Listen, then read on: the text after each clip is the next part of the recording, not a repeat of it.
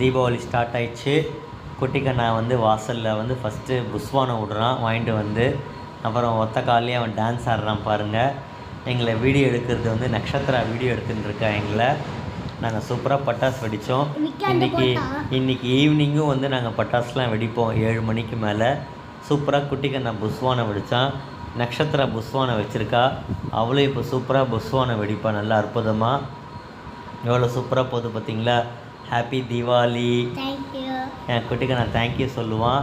அதுக்கப்புறமா வந்து வேறு என்ன இன்னொரு புஸ்வானமும் விடுறாங்க. நேற்று ஒரு 3 புஸ்வானம் விட்டாங்க நேற்று அவங்க. அதனால் சூப்பராக போச்சு நேற்று.